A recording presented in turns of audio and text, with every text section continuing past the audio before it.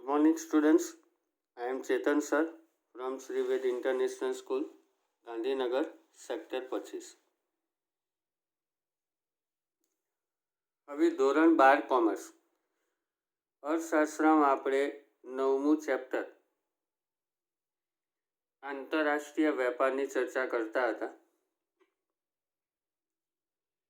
એમાં આપણે સૌ પહેલાં લાસ્ટ લેક્ચરમાં આંતરિક અને આંતરરાષ્ટ્રીય વેપારનો તફાવત ભણી ગયા. એમાં વિદેશ વેપારનું કદ, વિવિધ ચલણો અને ચૂકવણીની પદ્ધતિઓ, ભાષા, સંસ્કૃતિ અને સમાજ અંગેના તફાવતો, વાહન વ્યવહાર, ખર્ચનો તફાવત, હરીફાઈના પ્રમાણમાં તફાવત, ગ્રાહકને સંતોષ, વહીવટી અને કાયદાકીય વ્યવસ્થામાં તફાવત એ ભણી ગયા આપણે. તો હવે આપણે નવા પ્રશ્નની ચર્ચા શરૂ કરવાની છે. નવો પ્રશ્ન છે, વિદેશ વેપારનું સ્વરૂપ સ્પષ્ટ કરો અથવા વિદેશ વેપારની લાક્ષણિકતાઓની ચર્ચા કરો.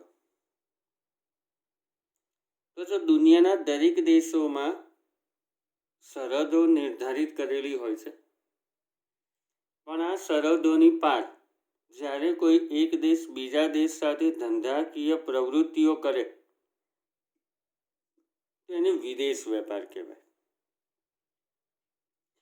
અને વિદેશ વેપારનો હેતુ હંમેશા આવક મેળવવાનો કે નફો મેળવવાનો હોય છે. તો વિદેશ વેપારના સ્વરૂપ એટલે એવી બાબતો અથવા એવા પાસાઓ જેને અન્ય આર્થિક પ્રવૃત્તિઓથી જુદો પાડે છે અને એની એક અલગ ઓળખ ઊભી કરે છે.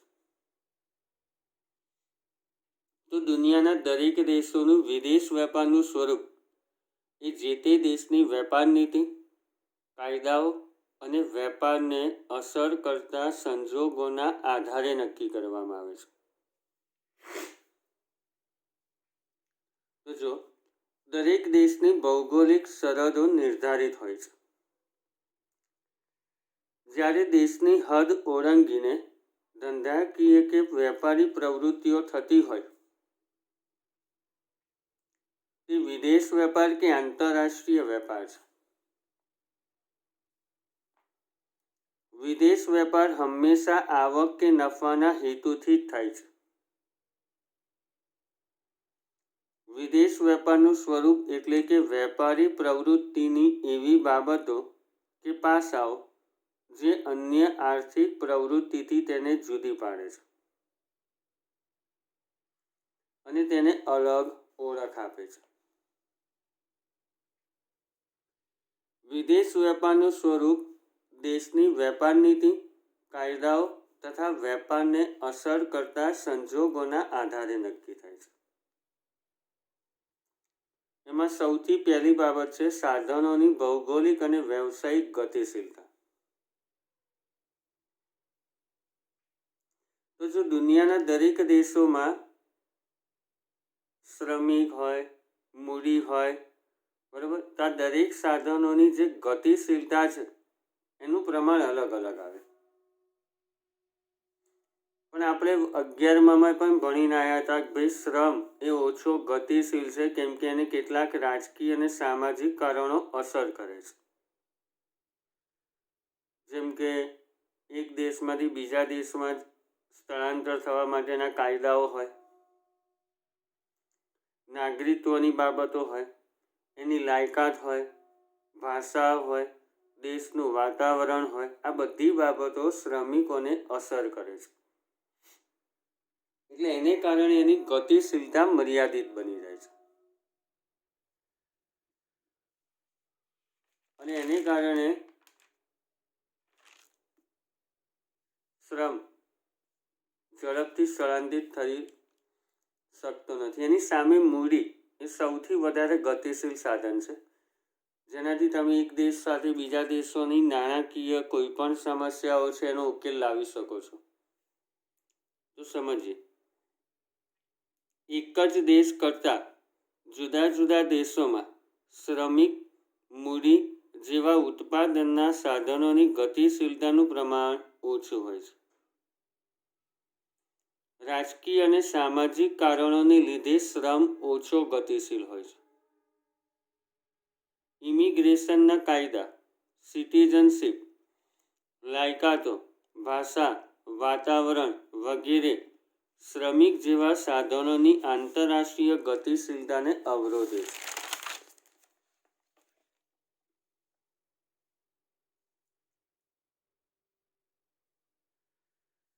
મૂડી જેવું સાધન કાયદાકીય પ્રતિબંધોને કારણે તથા તેના સ્થાયી અને જંગી સ્વરૂપને કારણે ઓછું ગતિશીલ હોય છે. જમીનની ગતિશીલતા શૂન્ય હોય છે. નિયોજકની ગતિશીલતા પણ શ્રમની જેમ ઓછી છે. પરંતુ વર્તમાન વિશ્વમાં વૈશ્વિકીકરણની નીતિ સ્વીકારાઈ હોવાથી નિયોજકની પણ ગતિશીલતા હોય છે.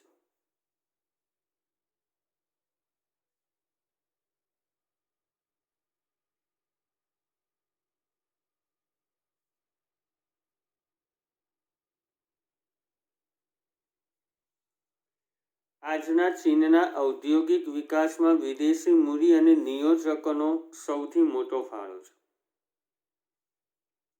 ટૂંકમાં આંતરિક વેપારમાં ઉત્પાદનના સાધનોની ગતિશીલતા વધારે હોય પણ આંતરરાષ્ટ્રીય વેપારમાં ઓછી હોય છે. ફરીથી સમજી લઈએ.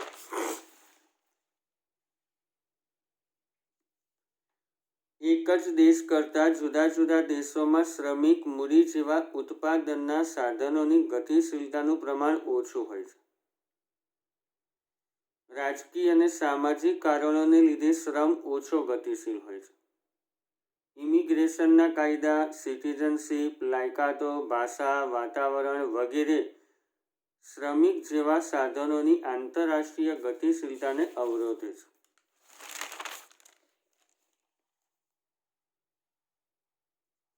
મૂડી જેવું સાધન કાયદાકીય પ્રતિબંધોને કારણે તથા તેના સ્થાયી અને જંગી સ્વરૂપને કારણે ઓછું ગતિશીલ હોય છે. જમીનની ગતિશીલતા શૂન્ય હોય છે. નિયોજકોની ગતિશીલતા પણ શ્રમની જેમ ઓછી છે. પરંતુ વર્તમાન વિશ્વમાં વૈશ્વિકીકરણની નીતિ સ્વીકારાઈ છે તેથી નિયોજકની ગતિશીલતા હોય છે.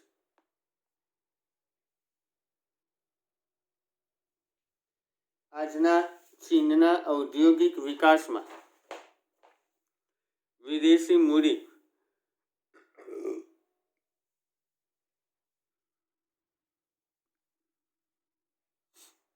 અને નિયોજકોનો સૌથી મોટો ફાળો છે.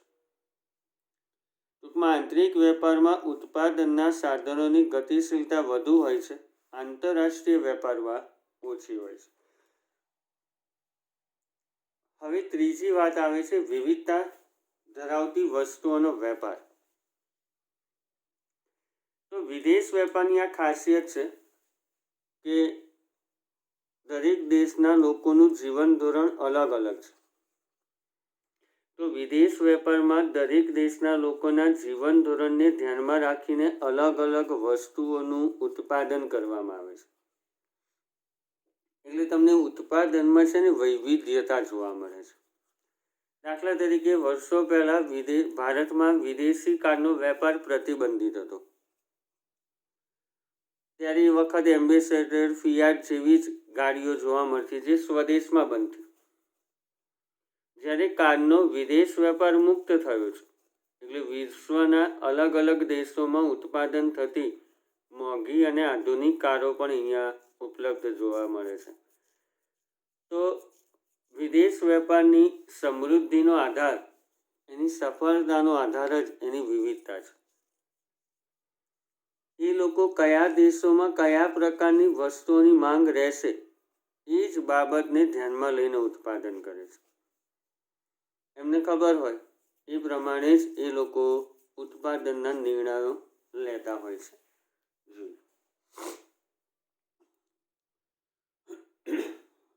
વિદેશ વેપારમાં વિવિધ જીવન ધોરણ ધરાવતા લોકોની માંગ પ્રમાણે વસ્તુ કે સેવા ઉપલબ્ધ કરાવાય છે. આથી વસ્તુ કે સેવામાં વૈવિધ્ય વધુ જોવા મળે છે. દાખલા તરીકે ભારતમાં કારનો વિદેશ વેપાર પ્રતિબંધિત હતો ત્યારે એમ્બેસેડર ફિયાટ જેવી સ્વદેશી કાર જ મળતી. જ્યારે કારનો વિદેશ વેપાર મુક્ત કરતા જાપાન, જર્મની જેવા દેશોની વિવિધતા ધરાવતી વિવિધ કારો ઉપલબ્ધ કરાવાઈ છે.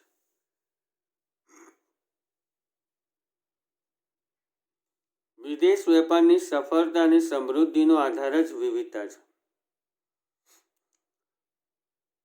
દેશ કયા પ્રકારની વસ્તુ કે સેવાની માંગ કરશે તેનો આધાર જે તે દેશના સંજોગો ઉપર રહે છે.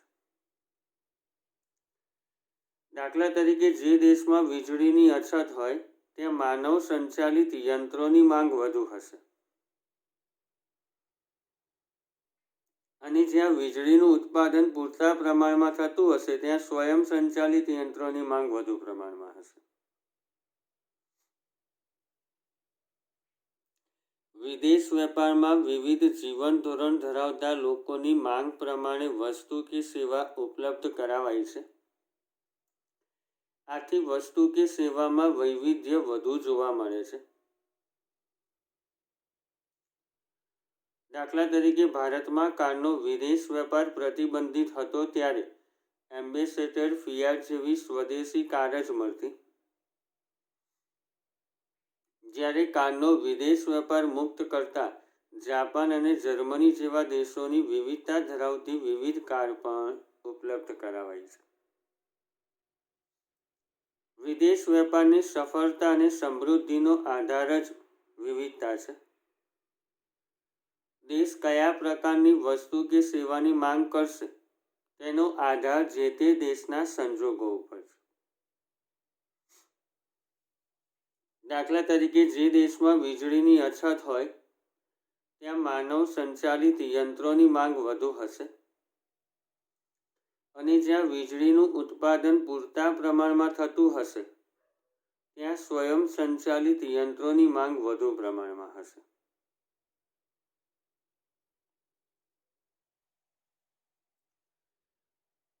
હવે પડકારજનક સ્વરૂપ. તો આંતરિક વેપાર કરતાં વિદેશ વેપારમાં જોખમો વધારે છે. કેમ કે દરેક દેશોની આબોહવા, ભાષા, રીતિ રિવાજો, લોકોની પસંદગી, ટેવ આ બધું અલગ અલગ છે. તો આ દરેક બાબતોને ધ્યાનમાં રાખીને તમારે વસ્તુનું ઉત્પાદન કરવું પડે છે. તો જ તમે યોગ્ય બજાર પ્રાપ્ત કરી શકો છો.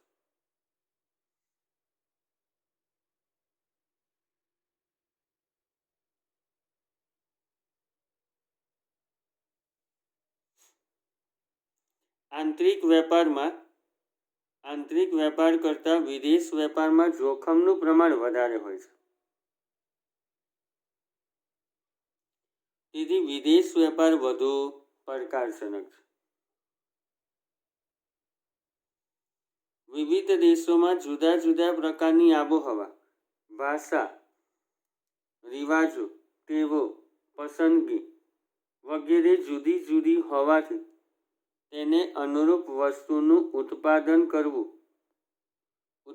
કરવું પડે તો જ બજાર પ્રાપ્ત થાય છે. દાખલા તરીકે ચીન જે દેશમાં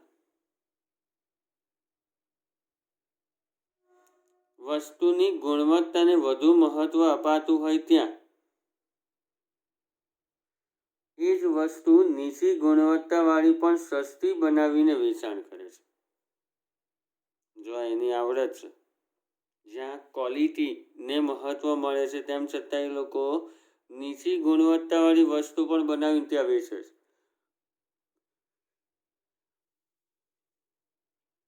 આંતરિક વેપાર કરતાં વિદેશ વેપારમાં જોખમનું પ્રમાણ વિશેષ હોય છે. તેથી વિદેશ વેપાર વધારે પડકારજનક હોય છે.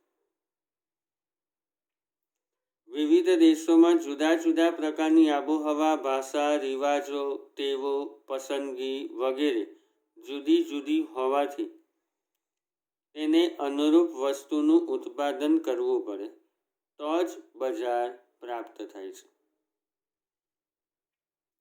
દાખલા તરીકે ચીન, જે દેશમાં વસ્તુની ગુણવત્તાને વધુ મહત્ત્વ અપાતું હોય ત્યાં એ જ વસ્તુ નીચી ગુણવત્તાવાળી પણ સસ્તી બનાવીને વેચાણ કરે છે. હવે રાજનૈતિક પ્રયત્નો. તો જો વિદેશ વેપાર શરૂ કરવા અથવા વિદેશ વેપારને વિકસાવવા માટે ફક્ત વેપારી પ્રયત્નો પૂરતા નથી. એની સાથે સાથે દેશની વચ્ચેના રાજનૈતિક પ્રયત્નો પણ થવા જોઈએ. દરેક દેશોએ અલગ અલગ દેશો સાથે વેપાર કરવા માટેની પોતાના દેશને લગતી વિવિધ બાબતોની સમજૂતી પણ આપવી પડે, સમજૂતી કરવી પણ પડે, એટલે કરાર કરવો પડે છે. આપણા દેશમાં કઈ વસ્તુનું ઉત્પાદન કરીને વિદેશ વેપાર કરવાની સારી અનુકૂળતા છે એની માહિતી વેપારી મેળા અથવા ઔપચારિક મિટિંગો દ્વારા તમારે અલગ અલગ દેશના પક્ષકારોને આપવી પડે. જેમ કે ભારતમાં ગુજરાત રાજ્યમાં દર વર્ષે વાઇબ્રન્ટ ગુજરાત સમિટ યોજવામાં આવે છે. એમાં દરેક દેશના અલગ અલગ અધિકારીઓને આમંત્રિત કરવામાં આવે છે અને ગુજરાતમાં કયા કયા વસ્તુના વેપારની અનુકૂળતા છે ને એની જાહેરાત થાય છે. એટલે આ પ્રયત્નો થાય તો વિદેશ વેપાર ઝડપથી વધે છે. જુઓ, વિદેશ વેપાર સ્થાપવા અને વિકસાવવા માત્ર વેપારી પ્રયત્નો પૂરતા નથી.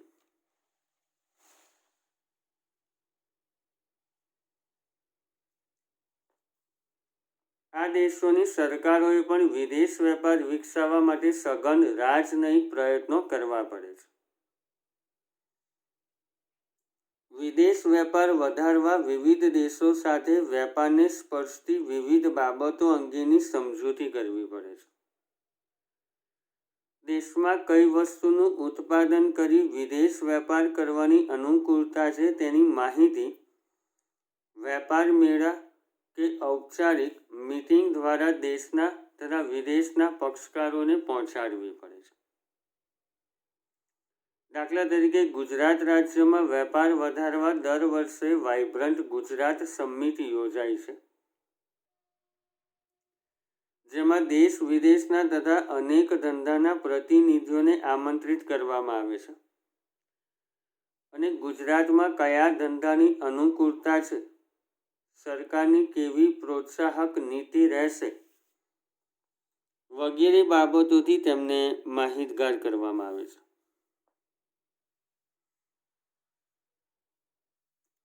દરેક દેશમાં રાજકીય અને કાયદાકીય સંસ્થાઓનું સ્વરૂપ જુદું જુદું હોવાથી તેમજ દરેક દેશની આર્થિક નીતિ અલગ અલગ હોવાથી વેપાર વધારવા સરકાર દ્વારા રાજનૈતિક પ્રયાસો થવા જરૂરી છે. વિદેશ વેપાર સ્થાપવા અને વિકસાવવા માટે માત્ર વેપારી પ્રયત્નો પૂરતા નથી. આ દેશોની સરકારોએ પણ વિદેશ વેપાર વિકસાવવા માટે સઘન રાજનૈતિક પ્રયત્નો કરવા પડે છે.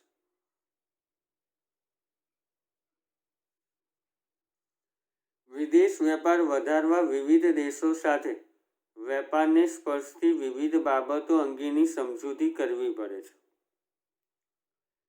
દેશમાં કઈ વસ્તુનું ઉત્પાદન કરી વિદેશ વેપાર કરવાની અનુકૂળતા છે તેની માહિતી વેપાર મેળા કે ઔપચારિક મિટિંગ દ્વારા દેશના તથા વિદેશના પક્ષકારોને પહોંચાડવી જરૂરી છે. દાખલા તરીકે ગુજરાત રાજ્યમાં વેપાર વધારવા દર વર્ષે વાઇબ્રન્ટ ગુજરાત સમિટ યોજાય છે, જેમાં દેશ વિદેશના તથા અનેક ધંધાના પ્રતિનિધિઓને આમંત્રિત કરવામાં આવે છે. ગુજરાતમાં કયા ધંધાની અનુકૂળતા છે, સરકારની પ્રોત્સાહક નીતિ કેવી રહેશે વગેરે બાબતોથી તેમને માહિતગાર કરાય છે.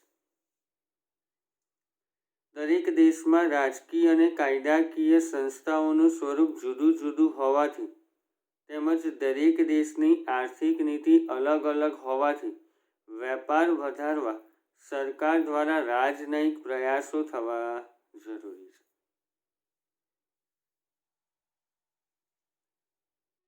હવે વિવિધ ચલણોના ભાવ અને એના મૂલ્યની અટકળો. જો વિદેશ વેપારમાં સૌથી મોટી સમસ્યા જો નડે તો દરેક દેશોનું વિવિધ પ્રકારનું ચલણ. તો વિદેશ વેપાર કરવા માટે સૌથી પહેલાં તમારે એ દેશોને એમની નાણાંની ચૂકવણી એમના દેશના ચલણમાં અથવા આંતરરાષ્ટ્રીય માન્ય ચલણમાં કરવી પડે. આ માટે આપણે આપણા દેશના ચલણના બદલામાં આંતરરાષ્ટ્રીય ચલણ મેળવવું પડે અને એના માટે વેપારીઓને આ હુંડિયામણના દરો એમાં થતી વધઘટ એની જાણકારી હોવી જરૂરી છે. જો આવી જાણકારી ન હોય તો ઘણી વખત વેપારમાં મોટું નુકસાન થવાનું ભય રહેલો છે અને આ હુંડિયામણના દરોની પૂરેપૂરી જાણકારી મેળવવા માટે નિષ્ણાતોની સલાહ પણ લેવી પડે છે. એટલે ટૂંકમાં તમારે દરેક હુંડિયામણને લગતા પ્રશ્નોનો સામનો કરવો પડે છે. વિદેશ વેપારમાં દરેક દેશના ચલણ અલગ અલગ હોવાથી વિદેશમાંથી કોઈ વસ્તુ કે સેવાની આયાત કરવી હોય તો તેના પેમેન્ટ અથવા નાણાંની ચૂકવણી તે દેશના અથવા આંતરરાષ્ટ્રીય માન્ય ચલણમાં કરવા પડે છે. આ માટે વેપારીએ સ્થાનિક ચલણના બદલામાં આંતરરાષ્ટ્રીય ચલણ મેળવવું પડે છે. આ સમયે વિવિધ હુંડિયામણના દર અને તેમાં થતી વધઘટની વેપારી માટે જાણકારી જરૂરી છે. આવી જાણકારીના અભાવે કેટલીક વાર વેપારમાં મોટું નુકસાન થવાનું ભયસ્થાન રહેલું છે. આથી વિદેશ વેપાર કરવા હુંડિયામણના દર જેવી બાબતો અંગે નિષ્ણાતોની સલાહ પણ લેવી પડે છે. ટૂંકમાં વિદેશ વેપાર કરતી વખતે વિદેશી ચલણ અને હુંડિયામણ દર અંગેના વિવિધ પ્રશ્નોનો સામનો કરવો પડે છે. વિદેશ વેપારમાં દરેક દેશના ચલણ અલગ અલગ હોવાથી વિદેશમાંથી કોઈ વસ્તુ કે સેવાની આયાત કરવી હોય તો તેના પેમેન્ટ તે દેશના અથવા આંતરરાષ્ટ્રીય માન્ય ચલણમાં કરવા પડે છે. આ માટે વેપારીએ સ્થાનિક ચલણના બદલામાં આંતરરાષ્ટ્રીય ચલણ મેળવવું પડે છે.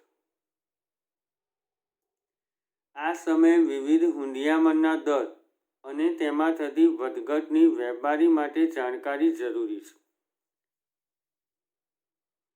આવી જાણકારીના અભાવે કેટલીક વાર વેપારમાં મોટું નુકસાન થવાનું ભયસ્થાન રહેલું છે. આથી વિદેશ વેપાર કરવા હુંડિયામણના દર જેવી બાબતો અંગે નિષ્ણાતોની સલાહ મેળવવી પડે છે. ટૂંકમાં વિદેશ વેપાર કરતી વખતે વિદેશી ચલણ અને હુંડિયામણ દર અંગેના વિવિધ પ્રશ્નોનો સામનો કરવો પડે છે. તો તમારે આજના પ્રશ્નમાં આમાં 10 મુદ્દા છે, આપણે 2 ભાગમાં ભણીશું. વિદેશ વેપારના સ્વરૂપના અથવા વિદેશ વેપારના જે લક્ષણો છે એના 5 મુદ્દા તમારે તૈયાર કરીને સારી રીતે મોઢે લખી દેવા. આગળના મુદ્દાઓનો અભ્યાસ પછીના લેક્ચરમાં કરીશું.